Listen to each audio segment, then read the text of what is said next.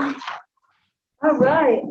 Here at Seattle Atheist Church, the members ourselves give many of the talks. We have a planning meeting one Sunday a quarter that's open to the whole community. And we consider the talks we want to give and the talks we want to hear. So today's speaker is Ryan, whose topic is, whose equity is it anyway? Please join me in giving him a warm round of applause.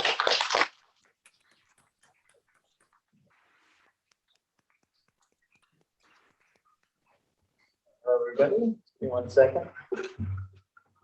Laptop cracked open here. All right. So today's talk we're talking about is on equity. A really interesting topic from the book Policy Paradox. It's actually focused more on policy education. My best friend got me this, and I was interested in the topic. And I'm actually just going to be pulling from one chapter of the book. And it's by Deborah Stone. And let's see here. I want to make sure that all credit goes to the author for her ideas. I'm absolutely not an expert in equity, and this topic can go really deep in a lot of different topics and in a high level cover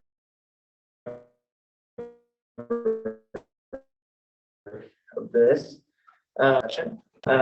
Let's see here. So I wanted to ask a few questions before we get started. Who knows the definition of equity? Anybody? Volunteers? Go ahead. It's like making it fair based on people's specific needs. Okay, so making it fair based on people's specific needs. That's good. According to the internet, at least a basic search, it's the quality of being fair and impartial. And I think there was another one that called it the fairness or justice in the way people are treated. In making these decisions, we should be governed by the principles of equity. I don't know about that. Okay, so, and then the definition of equality, which is another important concept here, is simply the state of being equal. And so there's a distinction there, and that's part of the fun. So I'm going to get into the book now.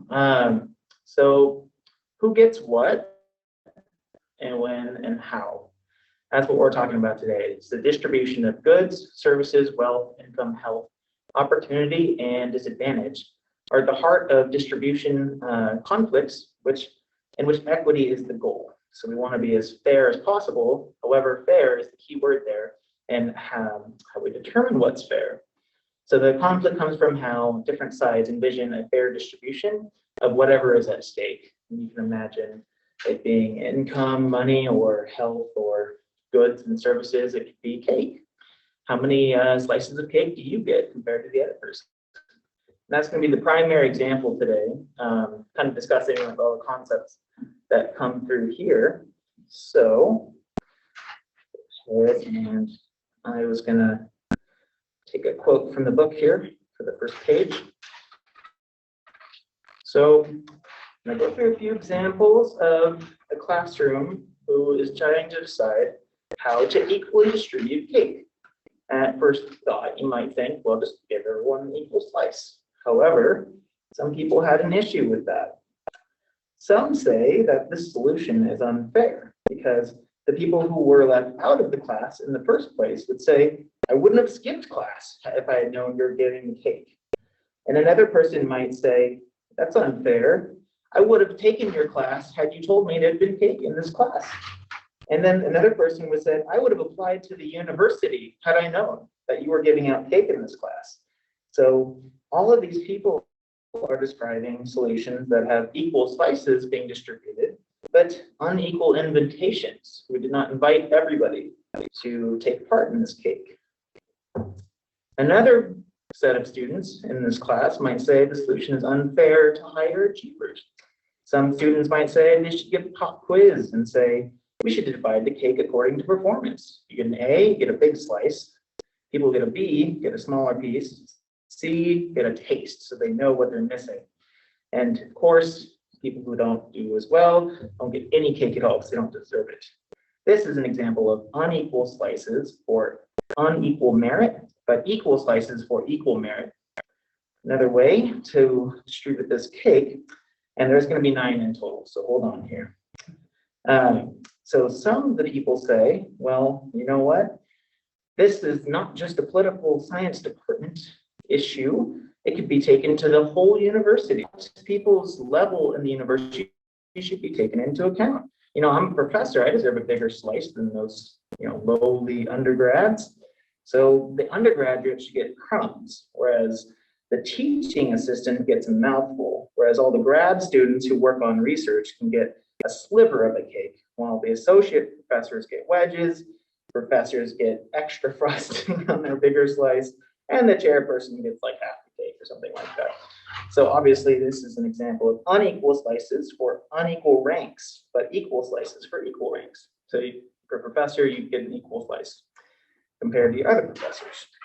Now another one, this is pretty funny. There's men's liberations rights. People who stage a protest and say, women always had greater access to chocolate cake, they claim, because girls are taught to bake. Well, boys have to go outdoors and play ball. Moreover, chocolate cake is more likely to be served in courses taught by women than men, and then therefore draw proportionately more cake from the other students. Therefore, gender roles and gender divisions in society combine to make gender the de facto determinant of cake distribution. Therefore, this is an example of unequal slices but equal social blocks when they distribute it based on gender. Another example, number 5 out of 9, is that the people in the class had just attended a 3-course luncheon, and several of them thought that the chocolate cake should be served as a last course in that. And in that case, they pointed out that since they were able to commandeer some cocktails from that, they should be the only ones allowed to have cake because it's more valuable to them. And this solution, which is fair in a very interesting way, is unequal slices but equal meals. So they wanted credit for that. And number 6, a few people come in and say, they hate chocolate. They don't like, they're allergic to chocolate. They can't digest chocolate because of a certain gene they have. And in that case, they should reallocate those portions to people who can truly appreciate the cake. And this solution might be called unequal slices, but equal value to the participants. So the next, number 7, we're saying, there's some people in the class who just say, just give everyone a fork, have at it, and get what you can. And in this case, it's unequal slices, but fair competition with equal starting resources, being the fork and being present in the room. Next, number 8, you have enough people who just say, here's a solution. Let's just do a lottery. Let's just draw it out of a hat. Maybe you'll get a slice if you're one of the lucky 5 people who just get a slice of this cake. So in that case, it's unequal slices, but with equal statistical chance of winning the cake. So everyone has a fair shot at it. And finally, some people who are, government people who are like, this is a democracy. The only fair way to split up this cake is to vote on who gets the cake. So they say unequal slices, but equal voting power and equal voting rights there. So a lot of different ways intuitively that we might fairly distribute this cake. So that leads us to the paradox in this case, being that in distributive problems, how we're going to get this cake out, is that equality often means inequality and equal treatment, which often, wait, I said that wrong. Equality often means inequality and equal treatment often means unequal treatment, saying that if you're going to be fair in one sense, you're going to be unequally distributing it to different people for different reasons. So the same distribution may look equal or unequal depending on where you're focusing, what your values are, and which method you're prioritizing. And obviously it'll depend on what you're looking at. If you're trying to distribute income versus cake, you might choose a different method, depending on what you think is fair. So again, equality means sameness, to note part of that distribution that contains uniformity, in voting power, for example, whereas equity denotes distributions regarded as fair, even though they contain both equalities and inequalities. So there are three important parts here. Who gets something? What people are getting this part of this cake? What is being distributed? Okay, we're distributing cake in this case, but what about health care or money or whatever else? And finally, how is it being given out? Is it a lottery? Are we giving out equal slices? And depending on the situation, neither of those are going to be right for every situation. So prioritizing these depends on, one, the situation, and two, your personal values and what you think should happen, but also the effectiveness depending on what it is. So it also, she breaks down a lot of these key concepts that go into equity, being the membership, of course. Oftentimes we haven't always treated the members fairly. There's a few different ways that can break down, just a few examples being slavery, the 3/5 principle where they were saying, yo, you count for 3/5 of the person. Clearly that's not equal membership inclusion. Sexism, when women aren't paid fairly for their work, so not including them as that. And immigration status, that's a good example she points out. Of course, if you come to the country, you're not qualified for all the programs in the country until you become a full member, and then oftentimes they're afraid to claim benefits. They're afraid they might be deported. So you can see how that becomes a problem real quick. It's another key concept, and this is going to go up to 9 again. Looking at merit. So reward for individual accomplishment. So this is tricky because you want to encourage people to do well, but then you have to look at the starting resources. And this is where some of the criticisms of merit come into play, because how do we first identify achievement and aptitude, and then also take into account how they got that achievement and aptitude. So for example, college exams to get into college will reward kids with parents who can pay for very expensive test prep. And so that's not necessarily an example of the kid's personal achievement, whereas the resources they have available to them make them do better and achieve greater merit. So there are some holes in that, even though it does tend to be good to reward merit in some ways. So next up is rank, and that's talking about people's in that university, the breakdown of hierarchy. So in universities, factories, corporations, government, they all pay according to rank. So if you're the CEO, you'll make a bunch of money. If you're entry level, you'll make less. And that's another way of distributing equity there. So next up, that is distribution. So an example just being like military veterans. We give them an extra edge on certain things and benefits and pros because we think it's valuable to do so, which is good. And then she goes on to talk about affirmative action and a few of the different things that go into that. I thought it was interesting to point out that she had some pros and cons for it. She's talking about, well, you know, sometimes ethnicity, gender, race are not very clear cut. And so she's talking about how, like, when someone's a mixed race, do you give them based on their identity this way or that way? She described different levels of basically income disparities. So if you have a really wealthy person who's getting this privileged aspect versus someone who's poor with the same identity who's getting this privileged aspect, and essentially summing it up to say that some of the things that we try to do to address equity concerns are a little bit too broad and don't like really capture the individual level to try and account for equity problems here.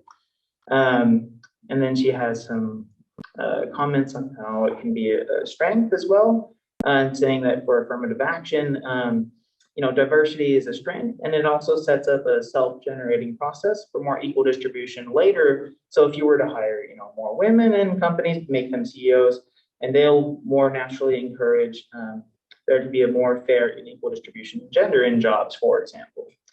So moving on to the next, we have need, number 5.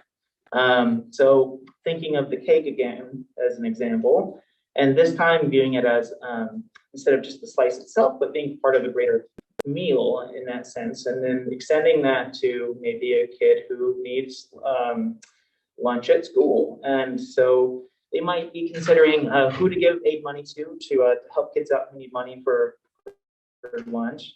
And they might prioritize kids who might have less income.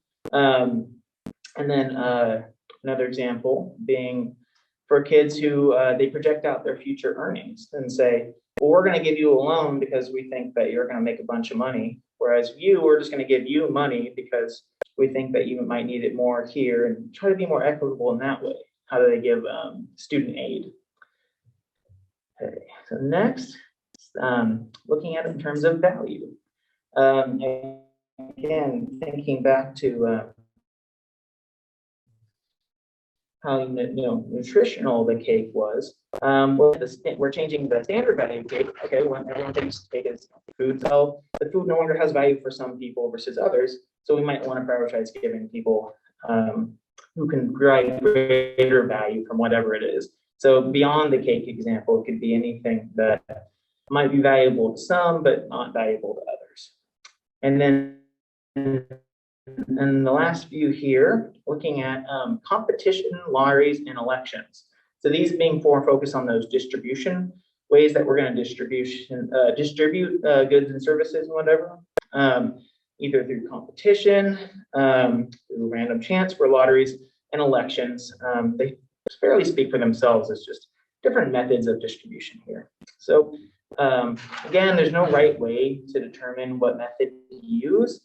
Which is why you really have to go into detail depending on what it is, and determine from your own personal values and this list of distribution methods, what's fair and equal depending on what you're looking at.